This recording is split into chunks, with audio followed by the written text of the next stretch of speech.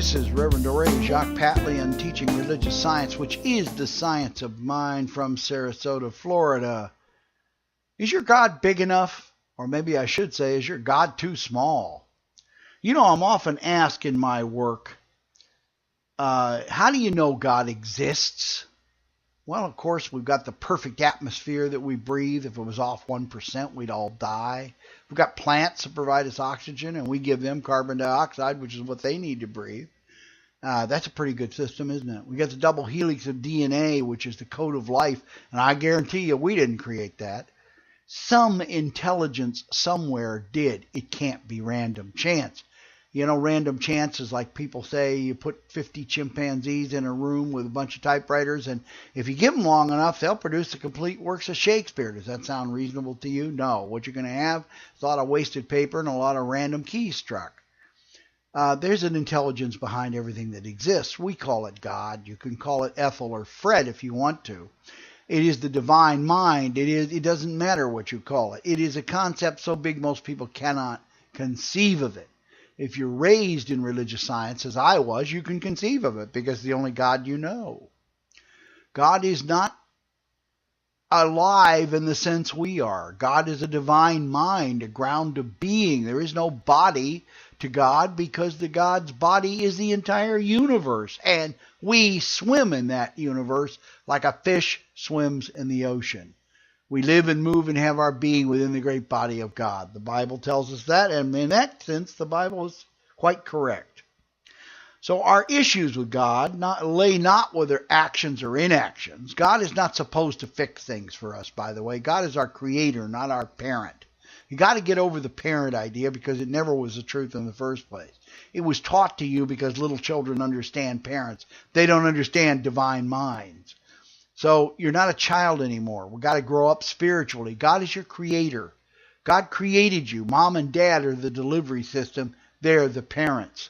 Your God is too small. That's the problem. Now, you know, God doesn't work by whim or caprice. God doesn't get angry, and God doesn't get pleased with you. God doesn't have emotions. God is a spirit. God is not a person. God operates by law. God instituted laws before the beginning of time. Physical laws, we know about those. Gravity, thermodynamics, kinetics. There's a host of them. Any physicist can list them for you. And we know how to manipulate those laws and work with them, don't we? Wouldn't it be something if there were no gravity? When you got up in the morning, you literally went boom, right to the ceiling? Actually, you'd have to be tied down in bed to even sleep, wouldn't you? Oh, what a life that'd be. Think of all the physical laws that make our life possible, literally. Well, there's spiritual laws, too. In other words, there's laws for the body and the material world. There's laws for the spiritual world. Spiritual world doesn't mean religious. It means the mind and spirit inside you. One of those spiritual laws is what you put out, you do get back. In other words, what you send out comes back to you, pressed down and overflowing. In other words, it gets multiplied. There's a multiplier effect. If you put good out and you love everyone you meet and you just do pleasant little things, next time you buy groceries, whoever's standing at the checkout counter and whoever's taking care of the bagging, look at the name tag for a minute. Don't make a big show out of it just while you're getting your credit card out or your debit card or whatever you're paying with. Look at that name tag and say, "How are you today, Fred? How are you today, Bill?" Their faces will light up like a Roman candle because most people see them like robots and they don't even acknowledge them. That little thing right there can make somebody's day. You do that, and believe me, it'll come back to you many times. Not from that person, but from somewhere else. That's how it works. The law of cause and effect. Everything you do, you put into cause, and there surely will be an effect of everything you do, positive or negative. There's a host of spiritual laws. We don't have time to go through them all today, but we will in each succeeding podcast. The big debate over evolution and creation is a good example of our God being too small. It's not an either or, it's both. Yes, we were created by an intelligent being, if you will, a ground of being, a life force, a divine intelligence, a great architect. You know, if you think of God as an architect, that'll help.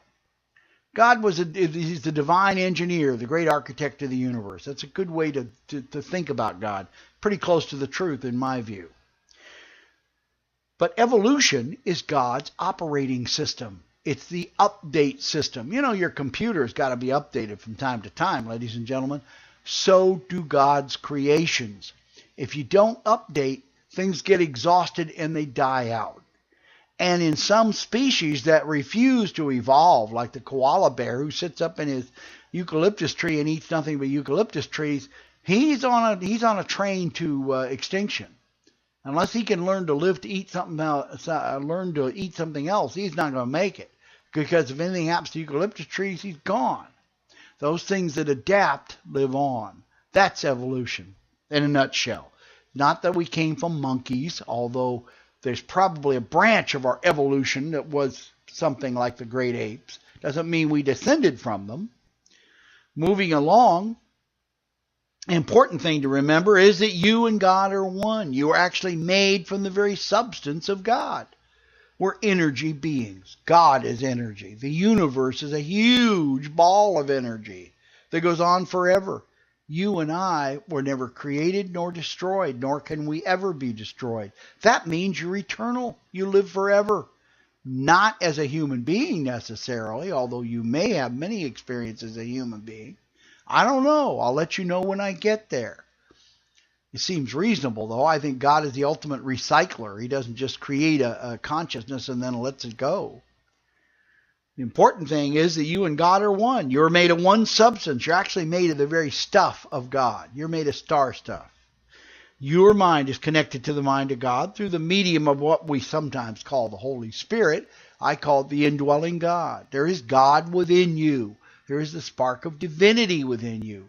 We're all divine beings, ladies and gentlemen. We're not weak worms of the dust. We're magnificent.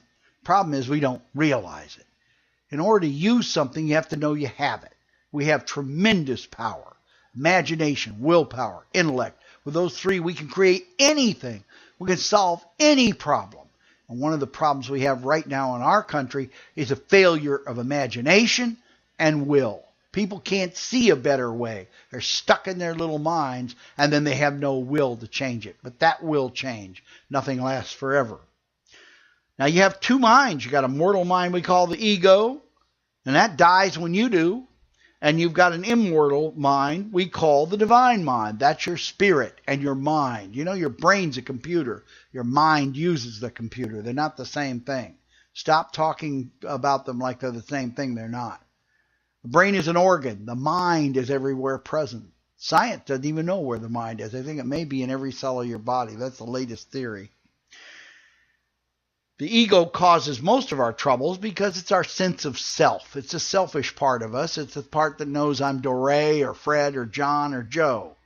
And it also thinks that it runs the show. It doesn't even believe there's a divine mind. It doesn't believe there is a higher self.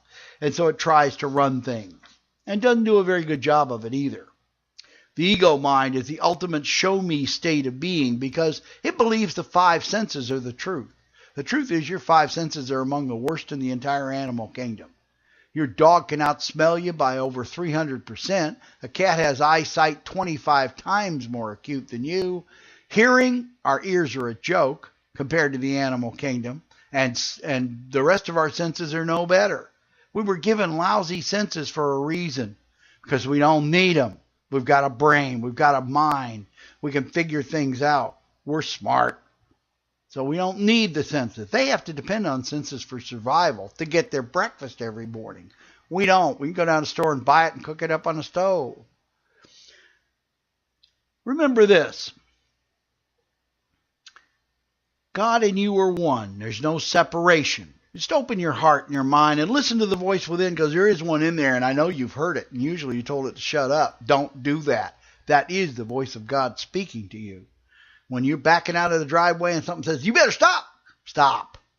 I guarantee you're going to hit something if you don't. There is always help. There's always direction. You go to God in every area of your life. You don't have to be religious to do this. Pray without ceasing, as Paul advised. Now, what's pray without ceasing mean? It means spend your life focusing on what life you want. Some people call it dreaming. It's not dreaming, it's knowing. Dreaming is wool gathering, knowing that you'll have it, seeing yourself in that life, living in the end as if you already had it. That's praying, and that's how you do it. Talk to God as a friend. Have a dialogue with God. Read the book Conversations with God. There's a lot of truth in that book. You walk down the beach, start having a conversation with God, and I swear to you, you'll get answers. And it will be in your voice, but it won't sound like you. You'll know it isn't you. But God's not going to initiate the conversation. You have to do it. You are loved beyond your imagination, ladies and gentlemen. You can't imagine how much you're loved. And why are you loved? Because God created you out of him or herself. How much more can somebody give than part of themselves? Talk about love. Till we're together again, bye-bye for now.